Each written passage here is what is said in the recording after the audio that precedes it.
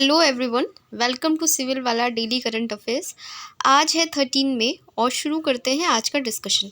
सबसे पहले आज का कोड देख लेते हैं। ये कोड यूपीएससी 2023 में आया था।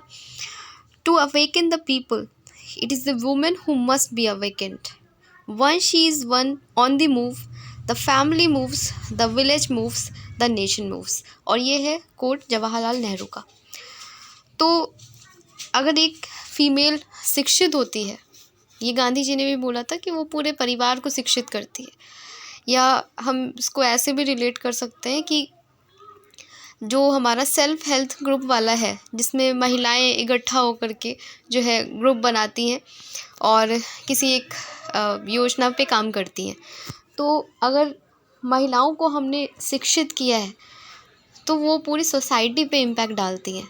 या हम एक कोट की मदद ले सकते हैं समझने में, जो डॉक्टर अंबेडकर साहब ने बोला था कि अगर हमें किसी सोसाइटी की प्रोग्रेस को जज करना है तो सबसे पहले हम ये देखें कि वहाँ की फीमेल्स के पास कितना राइट है या वो कितनी शिक्षित है। तो इसी के साथ आगे बढ़ते हैं। आज का पहला क्वेश्चन है, हाल ही में किस संगठन ने महिलाओं के खिलाफ हिंसा से निपटने के लिए पहला कानून अपनाया? Recently which organization adopted the first law to tackle violence against women? Option A है यूरोपीय संघ, ऑप्शन बी है संयुक्त राष्ट्र, ऑप्शन सी है अफ्रीकी संघ, ऑप्शन डी है ASEAN. And the correct answer is हमारा जो है यूरोपीय संघ है। ठीक, देखते हैं आगे। तो ये स्टॉप वायलेंस अगेंस्ट वुमेन तो यूरोपीय संघ का है हमारा। यूरोपीय संघ ईयू ने महिलाओं के खिलाफ हिंसा से निपटने के लिए अपना पहला कानून, तो ये पहला है, अपना पहला कानून अपनाया। कानून में यूरोपीय संघ के देशों को महिला जननांग विकृति, जबरन विवाह, ऑनलाइन उत्पीड़न के अपराध मानने की आवश्यकता है। हालांकि कानून में बलात्कार की सामान्य परिभाषा शामिल नहीं है। यूरोपीय संघ आयोग ने 2022 में कानून का प्रस्ताव रखा था। तो ये पहला कानून है यूरोपीय संघ का। नेक्स्ट क्वेश्चन है, हाल ही में किस संगठन ने 2024 के लिए भारतीयों के लिए आधुनिक खान पान की आदतों के अनुरूप उन्नत आहार दिशा निर्देश जारी किए? Recently which organisation has released upgraded dietary guidelines for Indians to suit modern eating habits for 2024? Option A है हमारा council of scientific and industrial research CSIR, option B safety and standards authority of India FSSAI, option C है Indian council of medical research ICMR, option D है food and agriculture organisation FAO। तो हमारा सही answer जो है Indian council of medical research है, ICMR है। ठीक है, तो ये जो है हमारा जो था क्वेश्चन ये कि डाइटरी जो दिशा निर्देश है वो किसके द्वारा जारी किए गए हैं? ICMR द्वारा जारी किए गए। अब एक्सप्लेनेशन देखते हैं। भारतीय चिकित्सा अनुसंधान परिषद ने 2024 में भारतीयों के लिए अद्यतन आहार दिशा निर्देश जारी किए हैं, जिन्हें हैदराबाद में राष्ट्रीय पोषण संस्थान के शोधकर्ताओं द्वारा विकसित किया गया है। शारीरिक गतिविधि, नियमित व्यायाम और नमक और उच्च वसा चीनी वाले खाद्य पदार्थों की सीमा पर जोर देते हुए दिशा निर्देशों का उद्देश्य मोटापे से निपटना है। ठीक है, तो ये न्यूट्रिएंट्स बताया है। ये तो वैसे भी सभी को पता रहता है कि नमक जो है सबसे ज़्यादा हाई ब्लड प्रेशर के जो लोग हैं वो भी हमारे इंडिया में ही हैं, और सबसे ज़्यादा जो डायबिटीज़ है वो भी हमारे यहाँ ही होती है। तो उसी को ध्यान में रख करके ही ये गाइडलाइन जारी की गई। हाल ही में खबरों में हिंडन नदी किस नदी की सहायक नदी? Hindon river recently seen in news is tributary of which river? Option A है गोदावरी, ऑप्शन बी है कावेरी, ऑप्शन सी है कृष्णा, ऑप्शन डी है Yamuna. And the correct answer is option D हमारा यमुना। तो यहाँ पे आप देख सकते हैं कि ये है लोकेशन, और यहाँ पे आपको दिख रही है, ये पूरा मैप है हमारा, ये हिंडन रिवर आपको दिख रही है। ठीक है, तो देखते हैं। नेशनल ग्रीन ट्रिब्यूनल ने उत्तर प्रदेश प्रदूषण नियंत्रण बोर्ड को हिंडन नदी प्रदूषण पर 2 सप्ताह के भीतर एक अतिरिक्त रिपोर्ट पेश करने का निर्देश दिया है, जिसमें प्रदूषण फैलाने वाले नगर निकायों के खिलाफ कार्यवाही का विवरण दिया गया। हिंडन यमुना की सहायक नदी है। ये स्टेटमेंट से आपसे ऐसे पूछा जा सकता है कि किसकी सहायक नदी है, तो याद रखिएगा कि यमुना की सहायक नदी है, जो सहारनपुर से नोएडा तक 400 किलोमीटर तक फैली हुई है।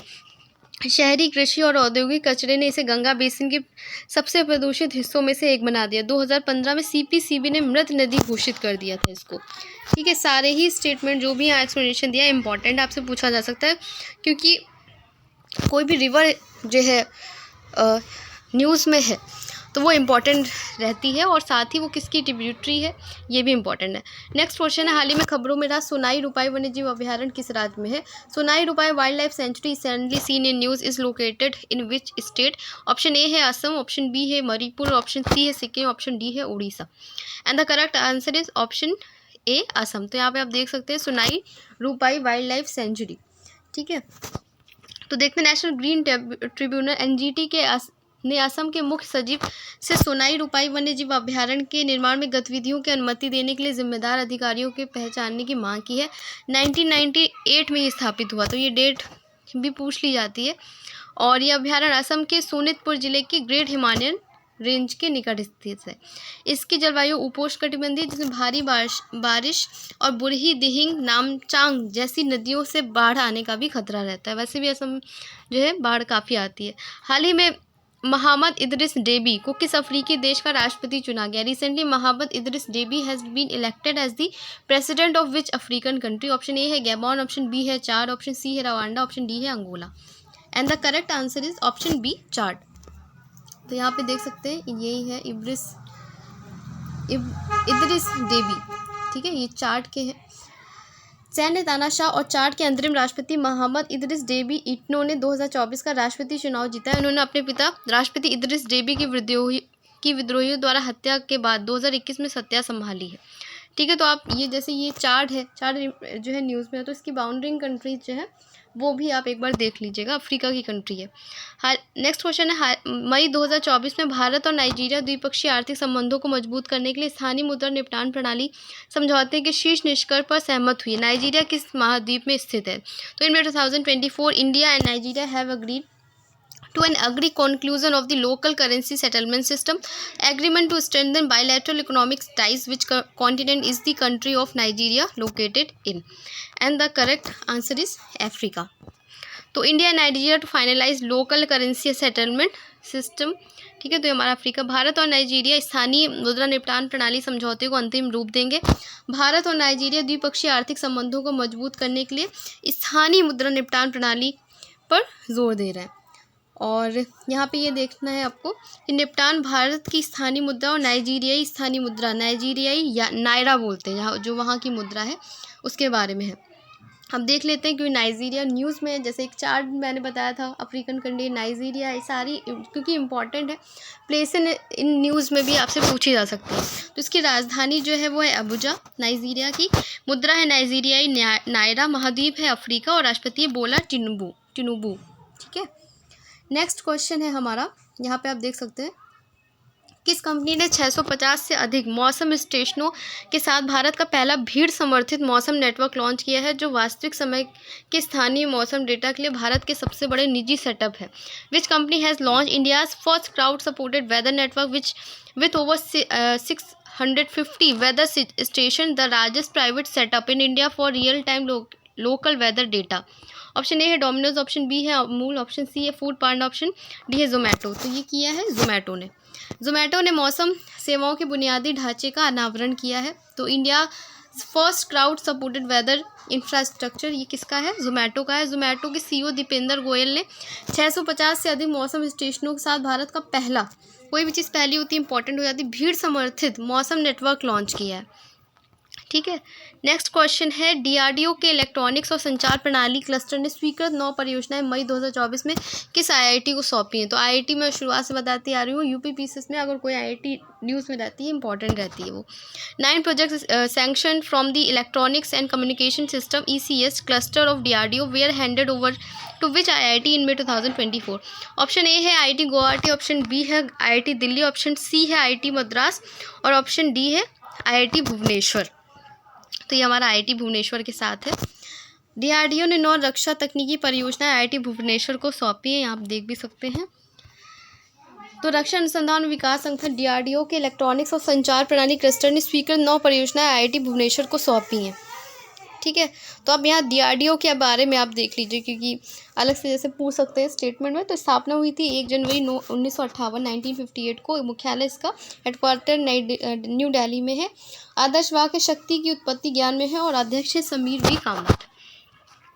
नेक्स्ट क्वेश्चन है, मई 2024 में कुश्ती के विश्व शास्त्रीय निकाय ने डोप परीक्षण से इनकार करने पर नाडा के अंतिम निलंबन के फैसले के बाद किसे इस साल के अंत तक निलंबित कर दिया गया है।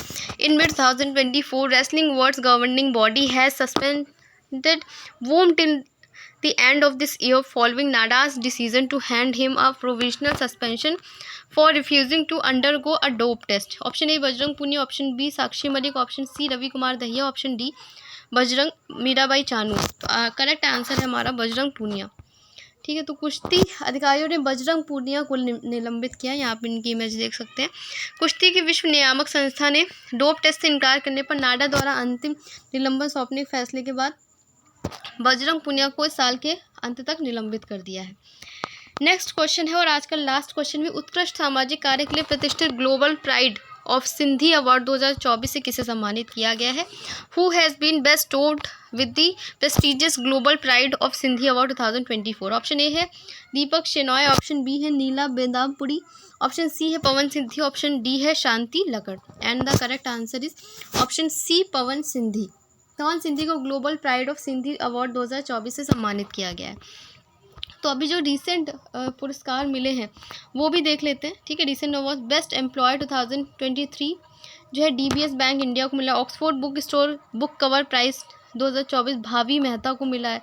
फॉर द बुक ब्यूटीफुल उनकी है। UNESCO Guillermo Cano world press prize 2024 जो है ऑल पैलेस्टीनियन जर्नलिस्ट विटली गोल्ड अवार्ड जो है वो मिला है डॉक्टर पूर्णिमा देवी बर्मन को, जो मैंने आपको बताया भी था 1-2 दिन पहले।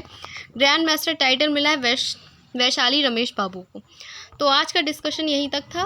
ये है टेस्ट क्वेश्चन जिसका आंसर आपको कमेंट सेक्शन में करना है। हाल ही में किस संगठन ने महिलाओं को खिलाफ हिंसा से निपटने के लिए पहला कानून अपनाया है। तो कैसा लगा आपको डिस्कशन, ये कमेंट सेक्शन में बताइएगा। जो क्वेश्चन मैंने आपसे पूछा है इसका आंसर करिएगा। मिलते हैं कल एक नए डिस्कशन के साथ। तब तक अपना ख्याल रखिए और अपनी पढ़ाई करते रहिए।